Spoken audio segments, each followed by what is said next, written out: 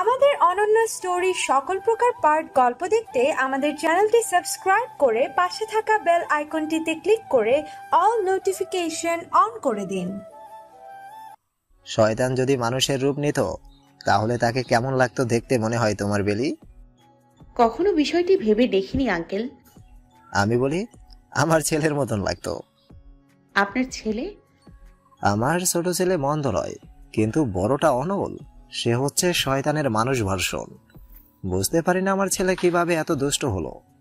মা ভক্ত অনেক, সেটাতে সন্দেহ নেই, কিন্তু একটু বাবা ভক্ত তো হতে পারতো।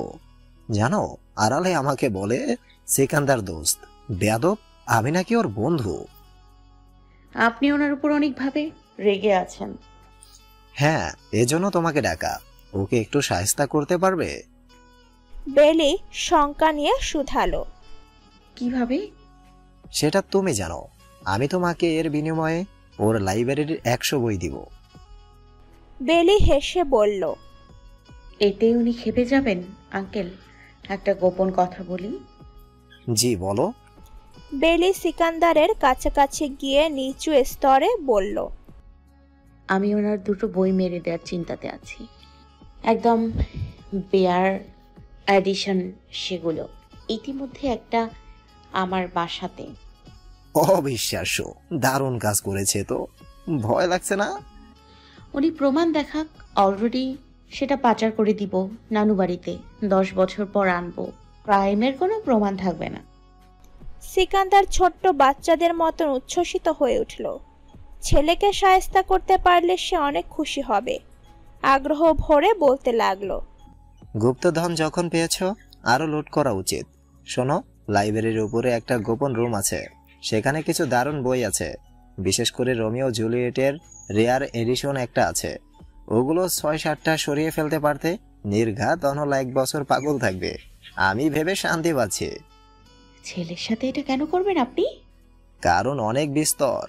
তুমি জানো আমার খুব প্রিয় একটা জিনিস লুকিয়ে রেখে ও ইদানিং কিছু একটা আবদার করছে। এমন ঘটনা বহু আছে। আপনার মধ্যে কোনো ঝামেলা আছে? আছে, কিন্তু ওর বুঝতে হবে আমি দোষী নই। আচ্ছা, আমি আপনাকে সাহায্য করব, কারণ ওনার সাথে আমারও শত্রুতা আছে। তবে বেলি, ডিল হলো আমাদের। সিকান্দার হাত বাড়িয়ে দিল করমর্দন করার জন্য। বেলি হেসে হাত মিলিয়ে বলল। Deal uncle. ব্যাড বয়কে একটু শাস্তি দেওয়া যায়। দূরে মায়ের রুমের বারান্দা থেকে সিকান্দার ও বেলির কর্মকাণ্ড দেখছে অনল।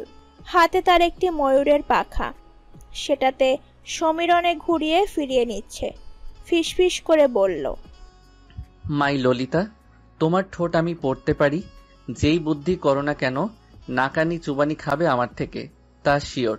সিকান্দার সাহেবকে তো ছাড়া যাবে না দেখছি।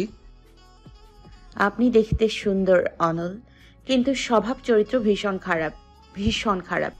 বেলি অভিমান নিয়ে কথাগুলো বলছে। যুবতীর চোখ দুটো অশ্রুতে টইটুম্বুর হয়ে উঠেছে।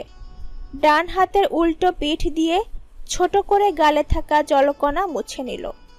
অনলের সঙ্গে পরিচিত হওয়ার পর থেকে সে কখনো গম্ভীর হতে দেখেনি তাকে। আজকে কেমন যেন চুপচাপ বসে আছে। শুভ্র মুখটা পুরোদস্ত রক্তিম। ললিতা, চুপ থাকো। এমনিতে মেজাজ খারাপ এখন আমার। ছেলেটা তোমাকে প্রপোজ করেছে। আমার জীবন, তাতে আপনার কি অনল? অশুভ একটা ছেলে।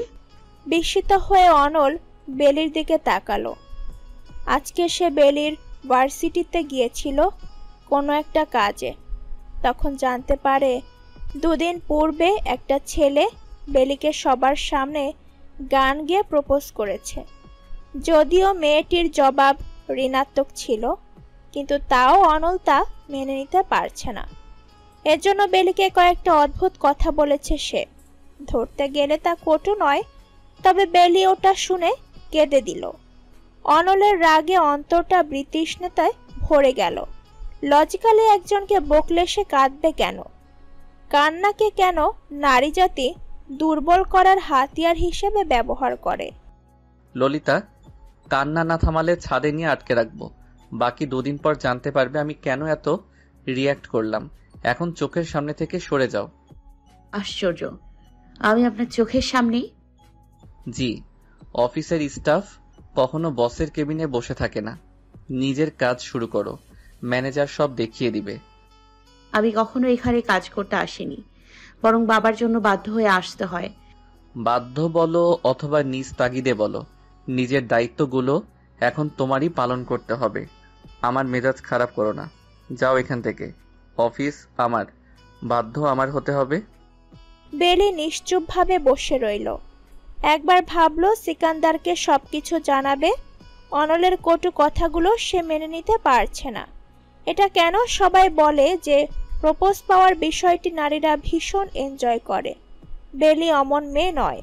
আস্তে করে উঠে চলে যেতে নিবে, তখন পেছন থেকে অনল বলে উঠল, এখন আবার সিকান্দার সাহেবের কাছে গিয়ে কান্নাকাটি করো না, লাভ হবে না। আমি এতটাও দুর্বল নই। আসলেও চোখের পানি সব পরিষ্কার করে দিচ্ছে। বেলি ওড়না দিয়ে পুরো মুখটা একবার মুছে নিল। এতে ঠোঁটের লিপস্টিক হালকা বিনষ্ট হলো বটে। অনল সেদিকে তাকিয়ে বলল, তোমার ঠোঁটের রং যুবকের দুঃস্বপ্নের কারণ না, না হয় ললিতা? মানে? লিপস্টিক মুছো। কথাটা স্বাভাবিকভাবে বললে কি হতো? তেমন কিছু না, সিকান্দার সাহেবের 2 বিঘা জমি কমে যেত। নিজের বাবাকে সম্মান করা উচিত আপনার অনল। অবশ্যই, এবং বেলির উচিত অনলকে ভালোবাসা। দরজাটা বন্ধ করে দিয়ে যেও। শব্দ করে দরজা লাগিয়ে দিল বেলি। রাগ দমন করার জন্য স্বীয় দাঁতে দাঁত ঘর্ষণ করল। একটা ছেলে এতটা শয়তান কিভাবে হয়? প্রশ্নটা বৃথা। মৃদুমন্দ সমীরণ বইছে, এর সঙ্গে ঝিরিঝিরি বৃষ্টি। পরিবেশটা প্রেমিক যুগলের উপভোগ করার জন্য একদম উপযোগী। কিন্তু অনলের এহেন পরিবেশ একটুও পছন্দ হচ্ছে না আজ। মেজাজ সেই যে উঠেছে, আর নামার নামগন্ধ নেই। গাড়িটাতে অফিসে রেখে বৃষ্টিতে হাঁটা আরম্ভ করলো সে।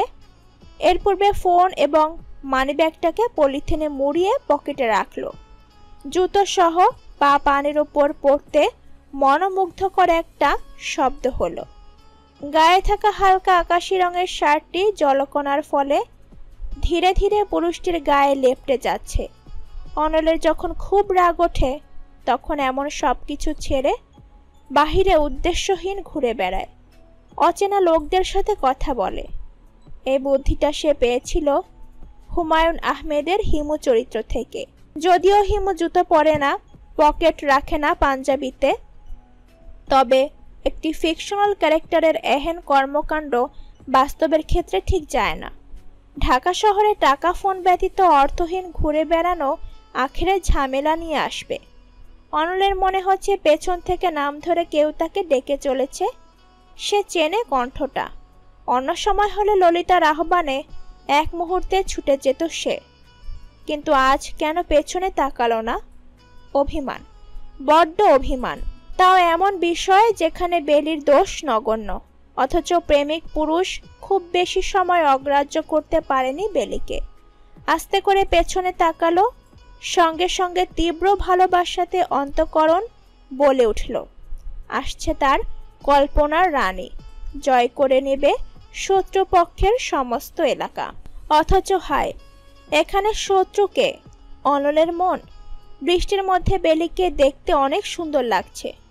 শুভ্র রঙের পোশাকে কবুতরের মতন লাগছে দেখতে। বেলি এতখানি পথ দৌড়ে এসে নিঃশ্বাসের সাথে যুদ্ধ করছে। অনল, আপনাকে কতক্ষণ ধরে ডাকছি। কেন? আপনার ফোন ধরছে না কেন? ইচ্ছা হয়নি। আচ্ছা। বেলি এখনো পুরোপুরি নিজের নিঃশ্বাসকে নিয়ন্ত্রণ করতে পারেনি। সে ফিসফিস করে বলল, আমাকে একটু বাড়ি পৌঁছে দেবেন? অনেক খারাপ লাগছে। তাদের দেখেছি আমি, ছোট্ট বাচ্চাটা অবিকল তার বাবার মতন। ইস, কি যন্ত্রণা হচ্ছে বুকের ভেতর।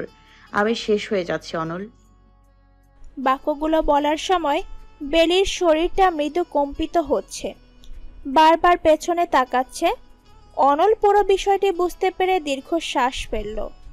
সে ভুলে গিয়েছিল কোম্পানির অন্য ব্রাঞ্চ থেকে স্টাফদের আসার কথা আজ। সেখানে রামিমের স্ত্রীও আছে। অনল কি বলে আসলে বেলিকে এখন শান্ত করবে? পাছে যদি মেয়েটা তাকে শুধায় অনল কেন এমন একজনের সাথে পরিচয় রেখেছে যে মূলত বেলিকে পুরোপুরি শেষ করে দিয়েছে। চিন্তায় পড়ে গেল অনল, তবে সবকিছু একপাশে রেখে টেনে বেলিকে বুকের মাঝে নিল। রাস্তায় চলা পথিকগুলো তাদের পানে তাকায়। বৃদ্ধ রিকশার বেল্টে টুংটাং শব্দ তুলতে তুলতে তাদের দেখে মুচকি হাসে।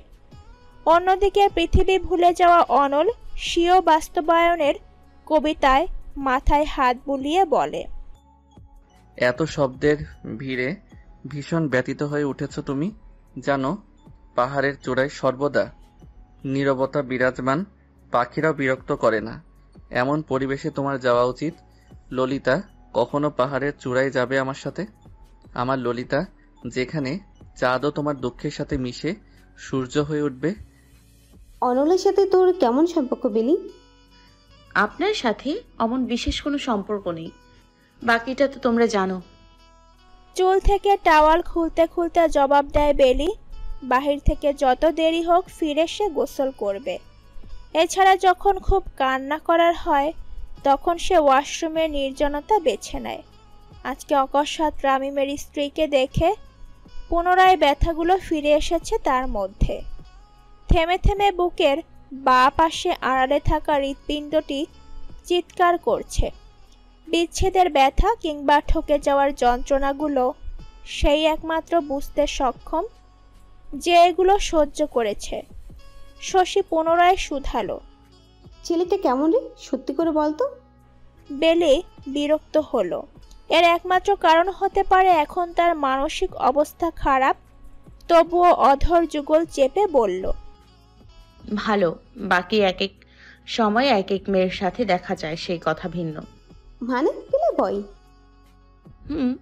পানির গ্লাসটা দাও তো।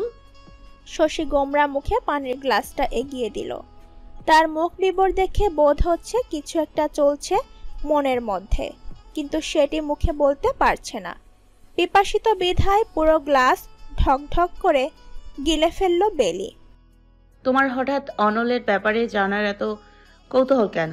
ফাহিম ভাইয়ের সাথে সবকিছু কেমন চলে? ও যোগাযোগ করে না এখন আর। মানে সব শেষ তাহলে? হ্যাঁ, অনলের ব্যাপারে এর জন্য জিজ্ঞেস করা। সে ছেলে হিসেবে কেমন, মানে হাজবেন্ড ম্যাটেরিয়াল কিনা? আমি জানি না। আর হাজবেন্ড ম্যাটেরিয়াল হলে বা কি? তুমি নিশ্চয়ই বিয়ে করার চিন্তা ভাবনাতেই নেই। আছি। বেলি অবাক হয়ে নিজের বোনের দিকে তাকালো। শশীর চেহারাতে লাজুক লাজুক ভাব, নাকি এমনিতে চেহারাতে গোলাপি প্রভা তৈরি হয়েছে? হঠাৎ বেলির শরীর জ্বলতে লাগলো। সব রাগ গিয়ে পড়ল অনিলের ওপর। শেষে ছেলেটা তার বোনকেও ছাড়লো না। নিজেকে যথেষ্ট সংবরণ করে বেলি শুধালো, অনল ব্যতীত পৃথিবীতে অনেক ছেলে আছে নিশ্চয়ই। তুমি তাদের সাথে কথা বলো। অবশ্য ফাহিম ভাইয়ার থেকে বেস্ট কাউকে চুজ করবে। নিজের দাম নিজে দিতে শেখো। বাহ, এত সুন্দর কথা হঠাৎ তোর মুখ থেকে? এক মিনিট, আমার কথাতে বিরক্ত হয়েছিস? বোন দেখ, শেয়ার করতে এলাম। অনলকে পছন্দ হয়েছে আমার। যদি পারিবারিকভাবে কিছু হয় তাহলে মন্দ হয় না। ইস আপু, তুমি নির্লজ্জ। একদম না বেলি, নিজের মনের কথাগুলো শেয়ার করলাম। আসলে অনেক দিনের আশা রেখেছিল ভাই। বয়স হচ্ছে, সকলে বিয়ের কথা বলে। নিজের জীবন গুছিয়ে নিতে চাচ্ছি আমি। Good decision. এখন একটু আম্মুকে চা করে দিতে বলবে? মাথা ধরেছে অনেক। কথাগুলো শুনলি না তো? আসলে আমার কথা কেউ শোনে না। ভেতরে যে কেমন কষ্ট লাগে, বিশেষ করে ও যদি কারোর সম্পর্কে গিয়ে থাকে। আমি নিজেকে যত স্ট্রং বলি না কেন, কিভাবে তা সহ্য করব? বোনকে জড়িয়ে ধরল বেলি, শান্ত সুরে বলল, কষ্ট পেও না। তুমি অনেক ভালো কিছু জীবনে ডিজার্ভ করো। সময়কে সময় দাও, সব ঠিক হয়ে যাবে। আসলে আজকে আমার শরীর ভালো লাগছে না। বৃষ্টিতে ভিজেছি তো, জ্বর হবে বোধ হয়। তোর চোখটা লাল লাগছে, দাঁড়া মাকে পাঠিয়ে দিচ্ছি। বোন চলে যাওয়ার পর বেলি বিছানায় হেলান দিয়ে চোখ বন্ধ করল। সঙ্গে সঙ্গে রামিমের চেহারাটা ভেসে উঠল। আচ্ছা, এই মুখটা যখন কবরে বিনষ্ট হয়েছিল তখন কেমন দেখতে হয়েছিল? ভাবতে শরীরে কাঁটা দিল তার। রেবেকা 1 কাপ চা দিয়ে গেল তাকে, তাতে চুমুক দিতে পুনরায় গা গুলিয়ে এলো। অনল অনেকক্ষণ ধরে কিছু নিয়ে চিন্তা করছে। তার হাতে কতগুলো ডকুমেন্টস এসে লেগেছে, যাতে স্পষ্ট বোঝা যাচ্ছে তার বন্ধু প্লেনে করে গত 6 মাসেও কোথাও যায়নি। তাহলে সন্দেহটা ঠিক জায়গায় এসে লাগছে না। অনল নিজেকে চিরকাল বুদ্ধিমান হিসেবে জানে, শেষে কিনা এত গুরুত্বপূর্ণ বিষয়ে নাস্তানাবুদ হবে। নিজেকে স্থির রাখার জন্য সিগারেট ধরালো। নিকোটিনের নেশা তার বিশেষ নেই, কিন্তু আজ হঠাৎ মনে হলো সব চিন্তাভাবনা ধোয়ার সঙ্গে উড়িয়ে দেওয়া যায়। অনল দৃষ্টি বন্ধ করতে পারছে না।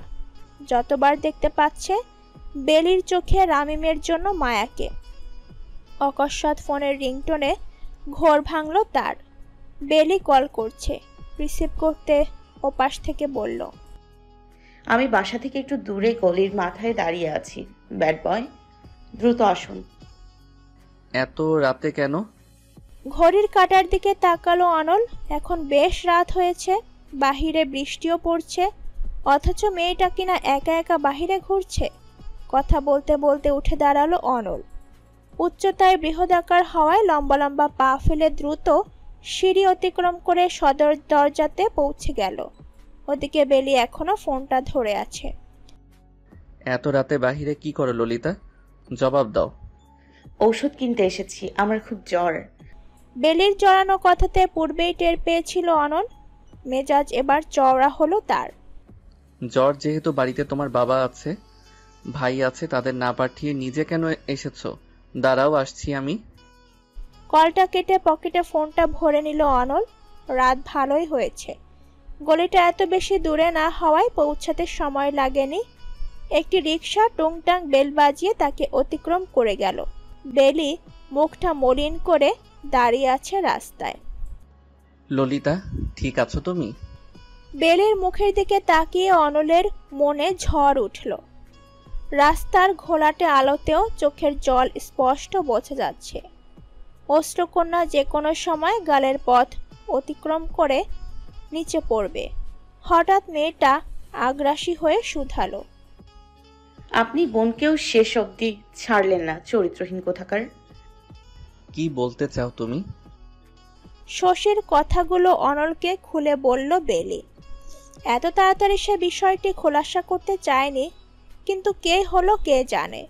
বিষয়টা ভেতরে চেপে রাখতে পারছে না। অনল সব শুনে হেসে শুধালো, যদি শশী পছন্দ করে, এত তোমার কেন এত খারাপ লাগছে? কারণ আপনি চরিত্রহীন, সব মেয়েকে বুকে জায়গা দিয়েছেন, মিষ্টভাষী অন্যায় কোথাও ভালোভাবে হজম করিয়ে ফেলেন। ললিতা, তুমি কি জানো তোমার এই ঠোঁট দুটো খুবই বাজে শব্দ তৈরি হতে সাহায্য করে? এখন জ্বরে আছো দেখে উল্টো বকছো। সুস্থ হও, বুঝতে পারবে আমি শশীকে তেমন কিছু বলিনি। আমাকে নিজের ধোকাতে আনতে পারবেন না, শয়তান একটা লম্পট লোক। অনলের মুখ বিবরের পেশি কঠিন হতে দেখা গেল। সে বেলির সঙ্গে দূরত্ব মিটিয়ে মুখোমুখি দাঁড়ালো। কঠিন সুরে বলল, তোমার এই ঠোঁট জোড়ার বহু অহংকার আছে ললিতা, এজন্য শব্দ দেখে বলে না। বিশ্বাস করো, কবে আমি এই অঙ্গের অহংকার দুমড়ে মুচড়ে শেষ করে দেই। বাক্যের সমাপ্তিতে অনল একটা অদ্ভুত কাজ করলো। ঠোঁট শুষ্ক হওয়ায় বেলির ভ্যাসলিন দিয়েছিল ঠোঁটে, তা বৃদ্ধা আঙ্গুল দিয়ে ঘষে নিচের জিহ্বাতে লাগালো। Your lips are as bitter as your harsh word. চুপ কেন, বলো যা বলছিলে। অন্যদিকে বেলি, সে তো এইমাত্র ঘটে যাওয়া ঘটনায় অবাকের চূড়ান্ত পর্যায়ে চলে গিয়েছে। দুটো কটু কথা বলাতে যে পুরুষ এমন করতে পারে, বেলি মনে মনে যা ভাবছে সেগুলো বললে ঠিক আর কি কি হবে। জ্বর এসেছে? ভীষণ। কষ্ট হচ্ছে? কিভাবে কমবে এই কষ্ট প্রিয় রজনীগন্ধা? পরিচিত এক কণ্ঠে ধীরে ধীরে চোখ খুলল বেলি। অশোকের চোটে তার নেত্রপল্লবগুলো খুলে রাখা ভীষণ কষ্ট হচ্ছে। তবুও যেন দুটো পত্র একে অপরের সঙ্গে বিচ্ছেদ করতে চায়। দৃষ্টির সীমানা পরিষ্কার হতে বেলি দেখতে পেল রামিম বসে আছে। তার পরনে গোলাপি রঙের একটি শার্ট, পুরো রুম গোলাপ জলের সুগন্ধে ভরে গিয়েছে। বেলি ধীরে শুধালো, রামিম, আপনার ট্যুর কেমন কাটলো? সিলেট জায়গাটা কেমন? ভালো না রজনীগন্ধা, সেখানে সব কিছু ছিল কিন্তু কিছু একটা ছিল না। বাড়ি, তবে সবাই যে বলে সিলেট অনেক সুন্দর জায়গা। তারা ভুল বলে না, কিন্তু আমার সেখানে শান্তি নেই, বরং নিজ গন্তব্য খুঁজে পেয়েছি। আপনার গন্তব্য? অন্ধকারে রামিম বিমূঢ় হয়ে বাহিরের দিকে তাকিয়ে রয়। ভোর হতে শুরু করেছে, তমসা মিটে গিয়ে চারিধার ফর্সা হয়ে উঠেছে। রামিম ফিসফিস করে বলল, জায়গাটা সংকীর্ণ রজনীগন্ধা, অনেক একা লাগে, মাঝে মধ্যে ভয় হয়। সেখানে ফিসফিস করে আড়ালে কেউ কথা বলে, তাদের পরিচয় জানি না, যখন তারা আসে এক একটা। বেলি উৎকণ্ঠা নিয়ে শুধায়, কি রামিম? একটা অনুভূতি হয়, একটা যন্ত্রণা হয়। এই যে দেখো, এখন তোমার সাথে বসে আছি, কত শান্তি। আমার কাছে আপনার শান্তি লাগে রামিম? ভীষণ শান্তি লাগে রজনীগন্ধা। আসছে বৈশাখে আমার সাথে পুরো ঢাকায় রিক্সা দিয়ে ঘুরবে, তোমাকে এক হাত চুড়ি কিনে দিব। তুমি তো আবার বাহিক্য মানুষ, এসব পছন্দ করো বেশি। যাবে তো আমার সঙ্গে? বেলি কিছু জবাব দিতে যাবে, তখন জোরে কোথাও শব্দ হলো, যা কানে তালা লাগিয়ে দেয়, বুকে কাঁপন তৈরি করে। অসুস্থ শরীর হলেও সে চমকে উঠে বসল। শ্বাস প্রশ্বাস দ্রুত হচ্ছে। ঘরে থাকা ছোট্ট বাতায়ন দিয়ে প্রচুর আলো আসছে। স্মরণে হচ্ছে এক ধ্বংসকারী আগুনের রাজা সমস্তটা জ্বালিয়ে দিচ্ছে। বেলি তড়িঘড়ি করে উঠে জানালার সামনে দাঁড়ায়। ওই তো দাঁড়িয়ে আছে অনল, আগুনের রাজা, যার হাতে ছোট একটা চাবুক, শুভ্র আলো যার চারদিক হতে প্রজ্বলিত হচ্ছে। অধর যুগলে মায়াময় হাসি, উন্নত কণ্ঠে চারদিকে ঘোষণার সুরে বলে, সর্বনাশিনী আমার ললিতা, আসছে বৈশাখ, আমি তোমার সব স্বপ্নকে দাফন করে দিব। মনের সব স্বপ্নকে আমার প্রজারা ধূলিসাৎ করে দিবে, সব ভুলে যাবে। মনে রাখবে শুধু অনলকে, এই আগুনের রাজাকে। এখন নাও আমার মধ্যকার আগুন, ধ্বংস করে দাও প্রেমের সেই গানকে। একটি গোলাকার আগুনের ফুল ছুঁড়ে দিল বেলির দিকে। আর্তনাদ করে সে পিছিয়ে রামিমের পায়ের কাছে। কিন্তু এ কি, এখানে তো রামিম নেই, বরং শত শত অনল তার দিকে তাকিয়ে হাসছে। কি নিষ্ঠুর সেই হাসি! স্বপ্ন থেকে বের হয়ে এলো বেলি, কিন্তু এখনো মস্তিষ্কের ভেতর কেউ হাসছে। কিছু সে ভাবতে পারছে না। এতক্ষণ যা দেখলো তা কি সত্যিই স্বপ্ন, নাকি এখনকার পরিস্থিতিটা স্বপ্ন? শরীর কাঁপছে অনবরত। দুর্বল কণ্ঠে উঠে বসে ডাকলো নিজের মাকে, কিন্তু কণ্ঠটা এক হাত দূরে পৌঁছালো কিনা সন্দেহ। মস্তিষ্ক এখন কিছু ভাবার মতো অবস্থাতে নেই। তবে ভাগ্য সহায় ছিল, বিছানাতে হাত দিতে ফোন পেল। কাঁপা কাঁপা হাতে সিয়ামের নাম্বারটা ডায়াল করলো। সিয়াম তখন পড়তে ব্যস্ত ছিল। ইদানিং সকাল হলেও তার পড়া শেষ হয় না। বোনের ফোন পেয়ে কৌতূহল হয়ে রিসিভ করলো। অস্পষ্ট বেলি কিছু বলছে। ভাইয়া ভাইয়া। গোঙানির শব্দে সিয়াম ভয় পেয়ে গেল। তড়িঘড়ি করে ছুটলো বেলির রুমের দিকে। বমি করে ভাসিয়ে ফেলেছে পুরো রুম বেলি। অনবরত গা কাঁপছে তার। মানসিক বিভিন্ন সমস্যার কারণে কখনো দরজা লাগিয়ে ঘুমায় না, এজন্য ঢুকতে অসুবিধা হলো না সিয়ামের। বোনকে গিয়ে পুরো আগলে নিল সে। বেলি, বেলি, বোন, কি হয়েছে দেখি, সোজা হয়ে বস।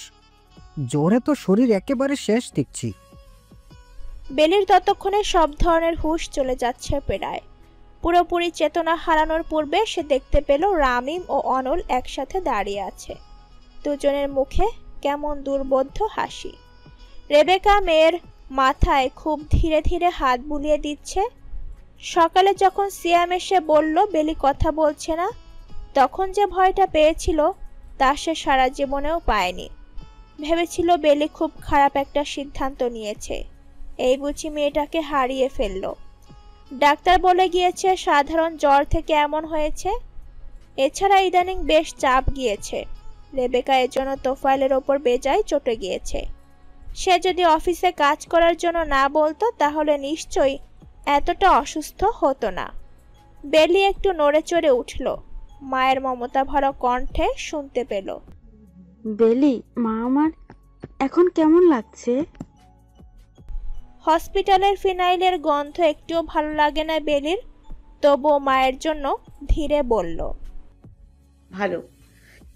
রাতে যখন জিজ্ঞেস করলাম জ্বর খুব এসেছে নাকি, তখন কেন জবাব দিলে যে এতটা জ্বর হয়নি, ঔষধ খেলে সুস্থ হয়ে যাবে। সব সময় সুস্থ হয়ে যায় এভাবে, আজ কি যে হলো। যদি সিয়াম তখন জেগে না থাকতো তবে কি হতো? আব্বু কোথায়? ওনার কথা জিজ্ঞেস করছো কেন?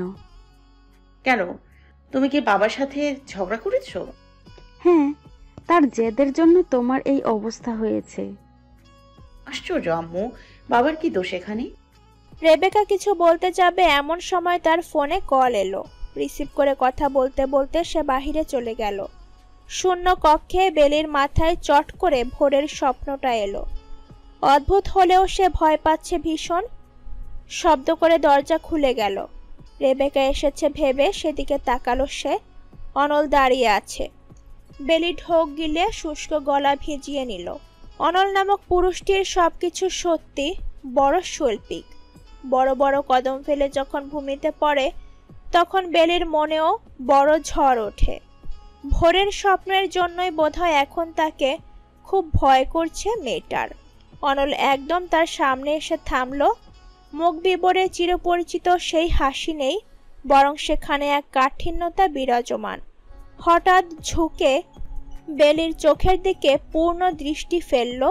সেখানে মেয়েটা দেখতে পেল আগ্নেয়গিরির গলিত প্রস্তরিত ছুটছে। বেলিকে অবাক করে দিয়ে অনল তার কপালে হঠাৎ অধর যুগল ঠেকালো। এটাকে ঠিক চুমো বলা চলে না, মনে হচ্ছে পুরুষটি তার মধ্যেকার সব মলিনতাকে শুষে নিচ্ছে। সকালে যতটা তাকে ভয় লাগছিল বেলির, তা উবে গেল। সেখানে এসে ভিড় করলো একরাশ মায়া। যখন সর্বোচ্চ পর্যায়ে সে চিন্তামুক্ত হলো তখন সরে গেল অনল। 1 মিনিট নীরব হয়ে মেয়েটাকে দেখলো। হুট করে নরকের আগুন জ্বলে উঠল তার চোখে। বেলির চোয়াল চেপে বলল, ডাইরেক্ট মর্গে যাওয়ার চিন্তায় ছিলে মেয়ে, নিজের প্রেমিকের মতন? তাহলে মনে রাখো, অনল তোমাকে মাটির নিচ থেকে তুলে এনে ঘরে সাজিয়ে রাখতে জানে। এরপর এমন দেখলে সোজা পুকুরে সারা রাত দাঁড়া করিয়ে রাখবো। আমি এতটা ভালো মানুষ না ললিতা, উল্টো তুমি যা ভাবো এর থেকে বেশি খারাপ। বেলির অধর যুগলের থেকে কিঞ্চিত দূরত্বে রয়েছে অনল। দুজনের মধ্যে মিষ্টির সমীরণও এখন বয়ে যেতে লজ্জা পাবে বোধহয়। পুরুষটিকে এত কাছে আসার অনুমতি বেলি দেয়নি। তবে এত কেন দুঃসাহস? হসপিটালে থাকায় যে কোনো নার্স সহজে রুমের ভেতরে প্রবেশ করে ফেলবে। এছাড়া কথা বলা শেষ হলে রেবেকা 1 মিনিটও বাহিরে থাকবে না। মাকে কি বলে জবাব দিবে সে যদি অনলকে নিয়ে প্রশ্ন করে? হাতের তালু দিয়ে ঠেলে দূরে সরিয়ে দিল সে। অনলের মতন ভারী দেহের মানুষকে সরানো তার সাধ্যতে নেই। বৃথা চেষ্টা করো না ললিতা, আমাকে নিজের উপর থেকে সরিয়ে দিতে পারবে না। এর থেকে বুকের বাম পাশে হাতটা রেখে অনুভব করো, বেশি আরামদায়ক তোমার জন্য তা।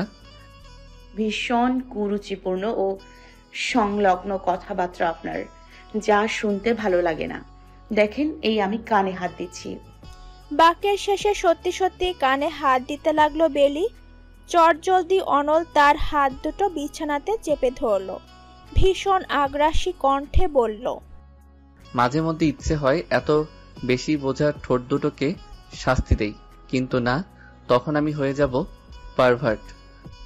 ভুল শুধু তা নয়, বরং চরিত্রহীনও বটে। আপনার প্রেমিকারা যদি জানতে পারেন আমার পেছনে ঘুরছেন, তখন নিশ্চিত কেঁদে কুটে শেষ হয়ে যাবে। আমার প্রেমিকা? সঙ্গে রাজুক তো আছে। অ্যাকচুয়ালি সংখ্যাটা আমি বলে দিই। বর্তমানে আমার 8 জন প্রেমিকা আছে। তাদের সর্দারনি তুমি ললিতা। অনল সরে দাঁড়ালো, গায়ে জড়ানো ব্লেজারটা টেনে ঠিক করে নিল। এ সময় এক ঝলক শার্টের আড়ালে থাকা ফুলে পেঁপে ওঠা মাসলগুলো দেখা গেল।